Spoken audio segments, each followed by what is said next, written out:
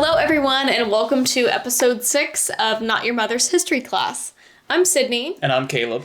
And today is going to be our last episode for at least a while. Yeah. Maybe ever. Maybe. I mean, I don't want to be negative, but we may never do this again, so potentially this is a goodbye. Mm-hmm. We don't know yet. Right. So, I think for today, we're going to do like a speed round of disturbing stuff, right? Very laid back, very quick. Very quick. Let's spit off some disturbing random facts. Stuff. Yeah.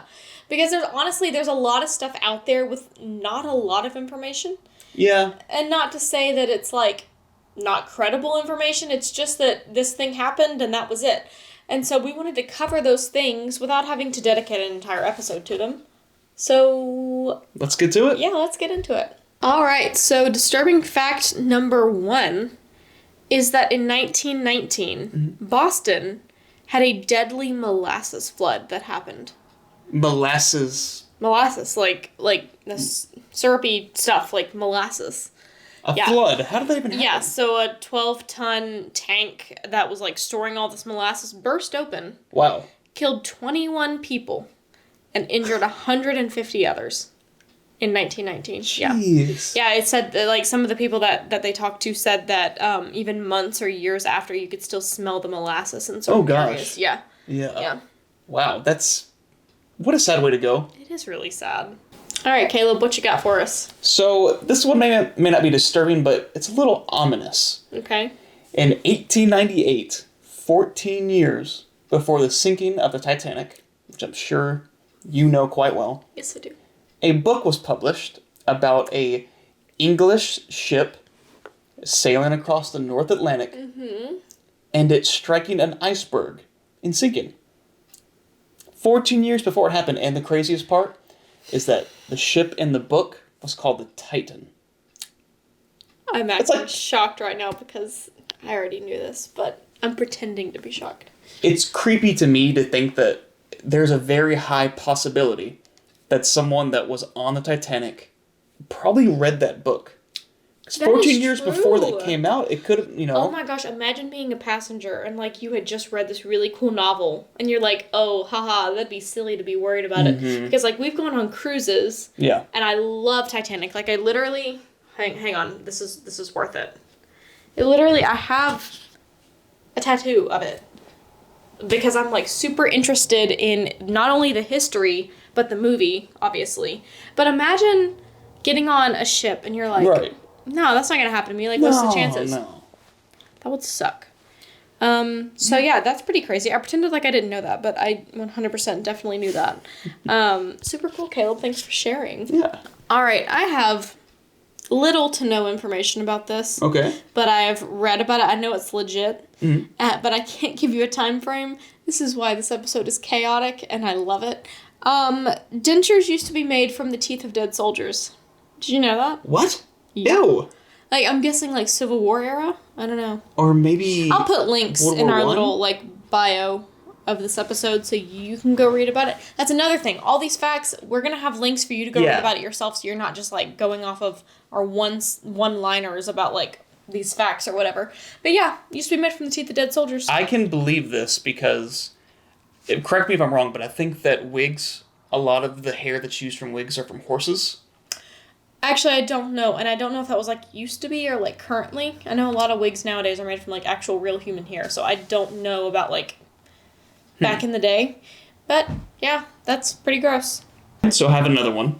This one I wanted to talk about in an episode, but I don't think we have enough information to make it a full episode, so that's why it's here.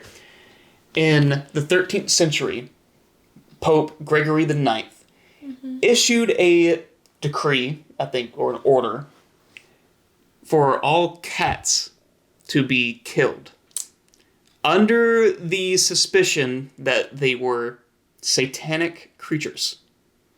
Of course, okay. They are a little devious.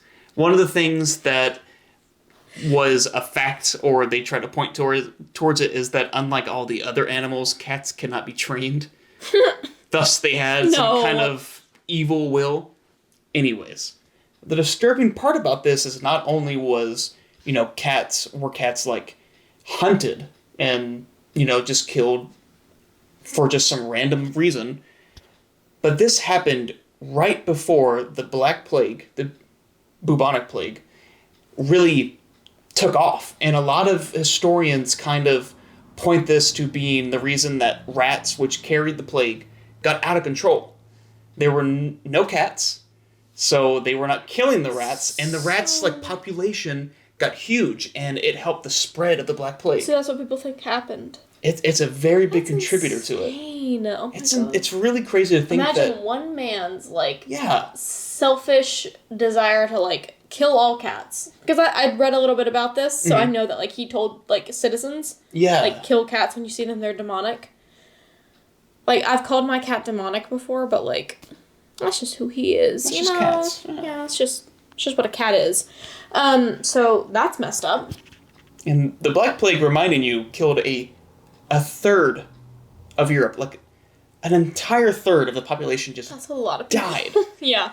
So that man may have been responsible. And that I know is kind of conspiracy. Obviously you cannot prove that, but No.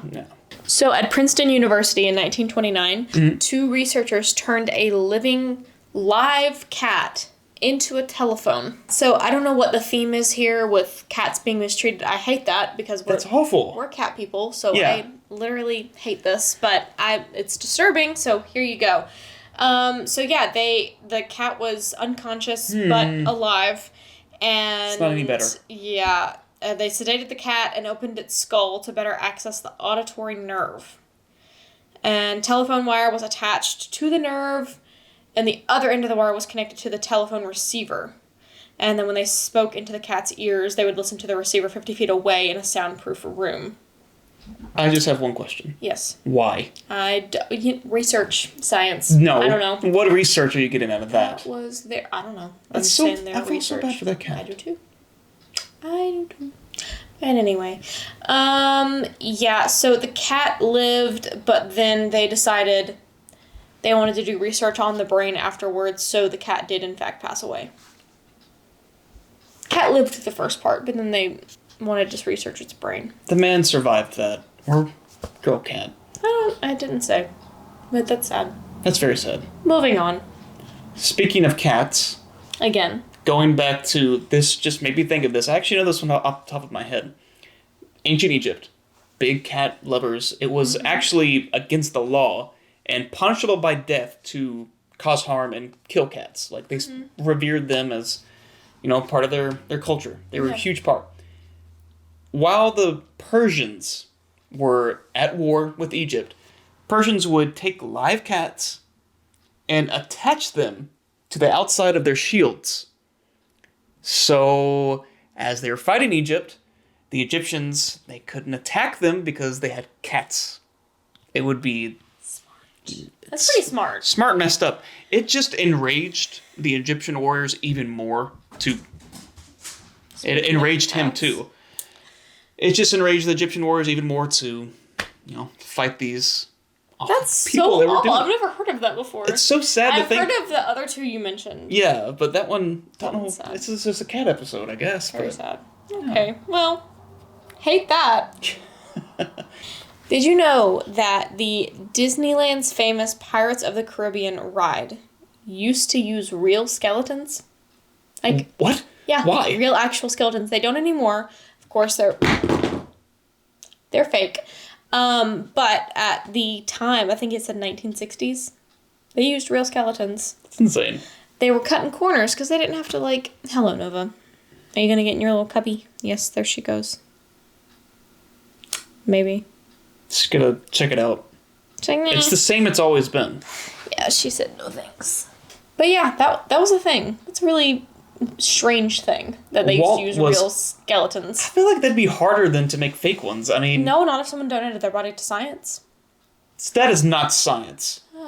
Disney has Walt getting a hold of your body posthumously, that is not science. Humanisly. That's a word, right? I don't Posthumanus? I don't really think... I think you just... Postmortem?